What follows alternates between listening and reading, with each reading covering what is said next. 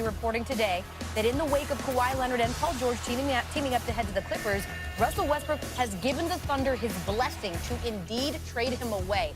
Woj had reported that discussions between Westbrook's agent and the team had begun over the weekend about the former MVP's future. These days, we just keep a roving camera on Adrian Wojnarowski. Right now, he's joining us live from the Summer League in Las Vegas. Why is this situation, Woj, with Westbrook gotten to this point?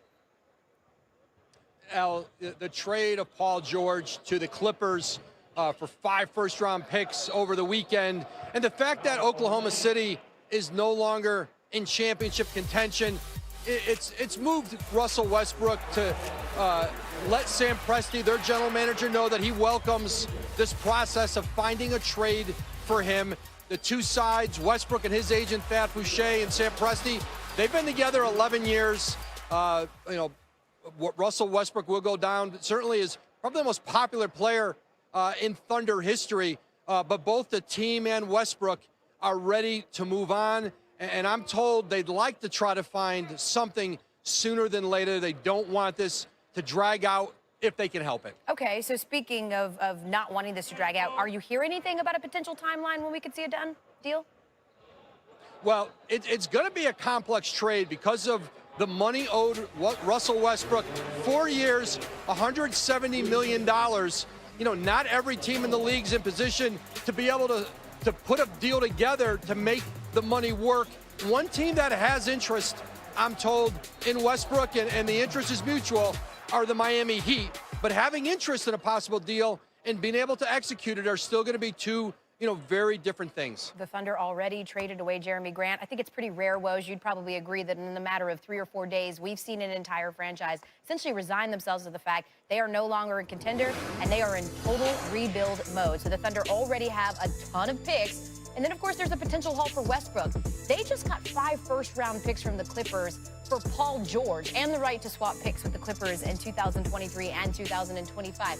So essentially, and I need you to listen to this, potentially OKC could have 13 first-round picks in the next 7 drafts. 250-plus market across the United States of America. Check your AM/FM listing nearest you, plus ESPN Radio on Sirius XM Channel 80, plus ESPN Radio simulcast on the live national television airwaves of ESPN News. Number to call up as always is 888-ESPN. That's 888-729-3776. The Stephen A. Smith Show is being brought to you by mycomputercareer.edu. Training for a better life. Let me say this. Let me get this out of the way. First, I am not supposed to be here today. I am on vacation. Really not a vacation, and ESPN's carrying Wimbledon. As a result, I have days off. That's not a vacation. A vacation for me is when you're on the air, but I'm not on because I'm in the islands somewhere or at an undisclosed tropical location. That's a vacation. But I damn sure am supposed to be off. There's no First Take this week. I will be doing PTI Wednesday, Thursday, and Friday. Pardon the interruption. Filling in for Mike Wilbon. I'll be hanging with my brother from another mother, the one and only Tony Kornheiser. My honor and privilege to be with my buddy for over 25 years. And oh, by the way, filling in for my buddy, Mike Wilbon, and my relationship with him goes back much longer. But that's a different subject for another day. I digress. Catch me on PTI Wednesday, Thursday, Friday. Okay? So Stephen A. ain't off. But I was supposed to be off today. And whether it was Will Kane, Dan Rasa, or anybody else, I had to sit up there and say, excuse me, y'all, pump the brakes. I'll see. Y'all can come on Tuesday. This is the first show since Kawhi Leonard pulled off a heist of epic proportions. This is the first day that I'm on the air since Kawhi Leonard has officially become the Dawn. It is the first day that I've been on the air since Kawhi Leonard said, the king who? You understand? The kingmaker, who that? Do y'all know what I'm about to pull up? Kawhi Leonard, and nobody saw this coming. Yours truly as well. We didn't see this coming. I have repeatedly stated, he ain't going back to Toronto. The Lakers are in play.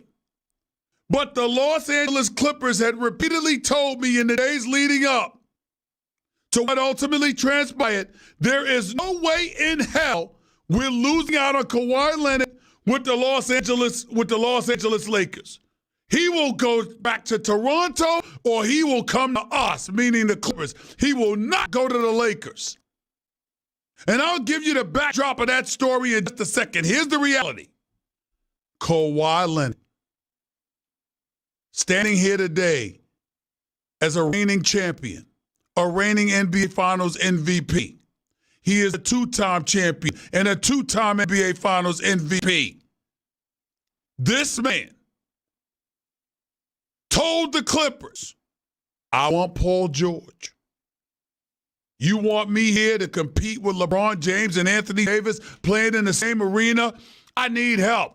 And I need you to go and to get Paul George from Oklahoma City. Don't worry about whether or not Paul George wants to come, because I already spoke to that brother. And that brother is already telling the Oklahoma City Thunder he wants out and is willing to come to the Clippers. Y'all got to get it done. Steve Ballmer, the richest owner in sports, actually.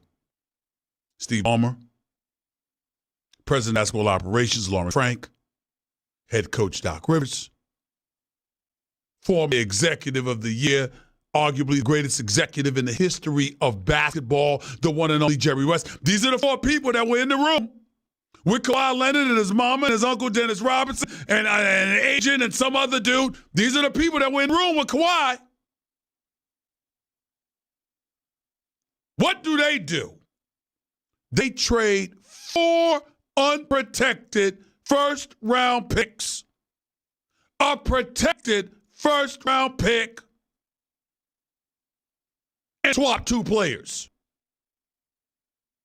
And Danilo Gallinari and Shai Gilgeous-Alexander. So it's not like Oklahoma City got hosed here. They got an awful lot for Paul George, who's going to get paid $33 million next year, who's going to get paid $35 million the year after, who's got a player option on $37.8 million in 2021-22. And if you're the Los Angeles Clippers, considering the fact that you gave up so much, guess what, ladies and gentlemen? Get the hell over it. It was a great deal. They had to do this. They had to do this. And you talk about Kawhi Leonard is the Don. He is the man. I want to hear the quiet storm and all. Let me tell you something. He is a damn quiet storm. The things this dude did behind the scenes. I mean, ladies and gentlemen, do you understand what's transpired here? This is a deal of epic proportions. You are the Los Angeles Clippers. You have clearly established yourself as a first-class organization.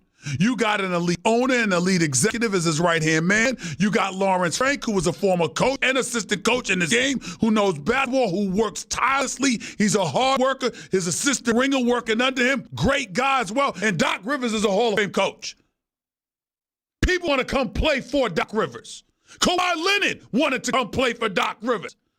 Whether he's willing to admit that and tell you all that publicly or not is his business. But I'm here to tell you that's what happened. And when you look at the Los Angeles Clippers, none of that would have amounted to a hill of beans if they had lost out on Kawhi. And Kawhi played put forth the ultimate maneuver. Kawhi Leonard sat up there, and we don't know whether he was bluffing or not, but it damn sure didn't appear as if he was bluffing. Kawhi Leonard sat up there and said, hell, I can't come to L.A. and play in the same city, in the same arena as the Lakers, competing against LeBron James and Anthony Davis and not have help. If y'all don't give me any help, there's nothing I can do. But if you give me help, I will come. And that is what he did. And as a result, I'm here to let you know right now, ladies and gentlemen, the best duo is LeBron and Anthony Davis.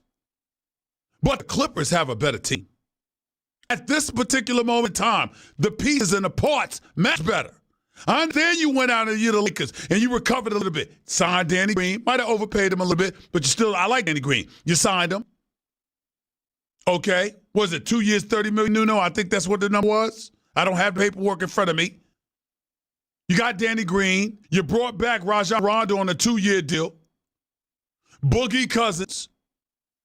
Listen, I'm not fond of Boogie Cousins. He don't like me and I don't like him. But I'm fair. And let me say something right now. I feel sorry for the brother from the standpoint that you talk about a man that lost money. Right now, no, look at me when I'm talking to you. You can make a legitimate argument that Isaiah Thomas and Boogie Cousins